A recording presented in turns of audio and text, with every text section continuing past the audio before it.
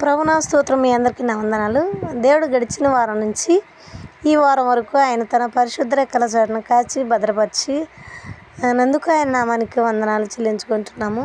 మనము ఈరోజు చిన్న మాట తెలుసుకుందామండి. ఏంటి అని ఆలోచిస్తే, ఈ లోకంలో మానవుడు జీవిస్తూ ఉన్నాడు, కానీ ఏ గమ్యంలో జీవిస్తున్నామో, మన గమ్యం ఏంటనేటువంటి దాని గురించి ఆలోచన ఇవ్వట్లేదు. ఈ లోకంలో ప్రతిదాన్ని ఆశిస్తూ ఉన్నాడు. తినే ఆహారాన్ని దగ్గర నుంచి, మరి ఎదుటివారి సొమ్ము విషయంలో దగ్గర నుంచి, తర్వాత నేను చేసేది అన్యాయంగా వస్తేనే రూపాయికి నేను నిలబడగలను అని చూసేటువంటి ఈ లోకంలో లేకపోలేదు. చాలామంది వీటిని గురించే బ్రతుకుతూ ఉన్నారు. ఆస్తి కావాలనే చర్చికి వస్తూ ఉన్నారు. మళ్ళీ తర్వాత వాళ్ళు కోరుకున్నది రావాలని చెప్పి మరి చర్చికి వచ్చి దేవుడిని అడగడం మనం చూస్తూ ఉన్నాము. అది కాదు, దేవుని అడిగి పొందుకోవలసినటువంటి కొన్ని ఉన్నాయి. ఏంటి అని ఆలోచిస్తే, మరి దేవుని ప్రేమ శాశ్వత కాలము మానవుల మీద ఉంటుందనేటువంటి ఆలోచన, అవగాహన ప్రతి ఒక్కరిలో కలుగుతూ ఉందని చెప్పి నేను మాట్లాడుతూ ఉన్నాను. ఎందుకు అలాగానే ఆలోచిస్తే, మరి ధనికులు కావాలన్నా యేసయ్య వల్లే ఉండాలంటున్నారు, మంచి పెళ్లి చేసుకోవాలన్నా యేసయ్య వల్లే ఉందంటున్నారు, లేదు ఆస్తి సంపాదించాలన్నా దేవుని వల్లనే ఉందంటున్నారు. అంతేకాదు, ఎదుటివారు సొమ్ము విషయంలోనే అయినా దేవునిలో వండుకుంటూ సంపాదించుకోవాలని చూస్తూ ఉన్నారు. వీటన్నిటికంటే మరి ముఖ్యంగా ఏంటంటే, దేవుని రాజ్యం ఒకటి ఉంది. ఆ రాజ్యంలో మనం ఒక స్థానం సంపాదించుకోవాలని ఈ భూలోకంలో సమస్తాన్ని విడిచి యేసయ్యను వెంబడిస్తే అదే ఒక గొప్ప వరంగా మనం అనుకుంటూ ఉన్నాము.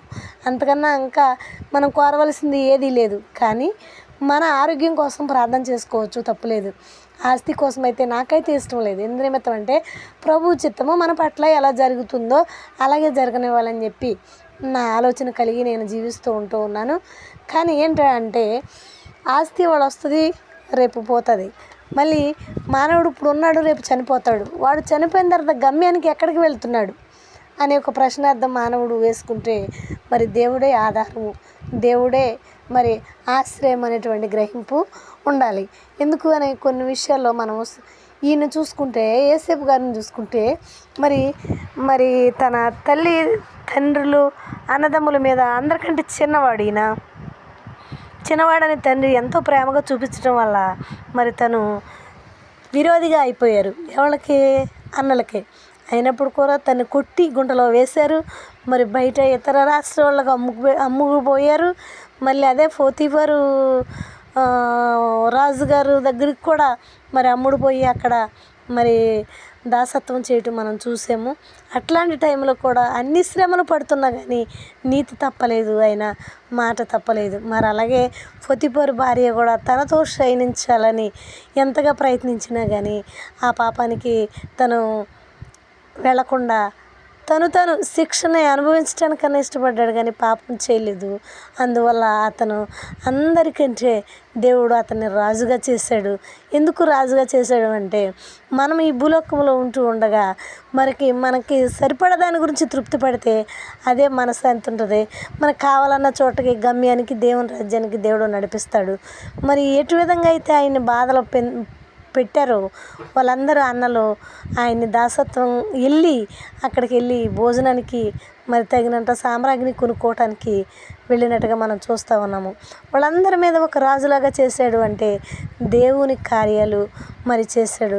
దేవుడు మాట తప్పలేదు, అందుకనే దేవుడు అతను రాజుగా చేశాడు. పాపానికి దూరంగా ఉన్నాడు కాబట్టి తను హీరోలాగా నిలబడటానికి దేవుడు ఒక ఆధిక్యత ఇచ్చాడు. మరి ఇప్పుడు ఈ స్థానంలో చూడాలంటే మనము రాజులము అవ్వాలన్నా అవ్వలేము, మనం ఏదో డబ్బు సంపాదించాలన్నా సంపాదించలేము. తగుమాత్ర స్థితి నాకు పెట్టి నీ రాజ్యంలో వారసత్వాలుగా నన్ను చేసుకోమని యేసయ్య కోసం ప్రార్థన చేయాలి. ఎందుకంటే మన కోసము, మన పిల్లల కోసం ప్రార్థన చేస్తే మనము మన కుటుంబాన్ని రక్షణ పొంది దేవుని రాజ్యంలో మరి ఆయన కుడిపార్శ్వన కూర్చొని ఉండటానికి దేవుడు కృపనిస్తాడు. ఇచ్చిన మాటలు దేవుడు దీవించును గాక.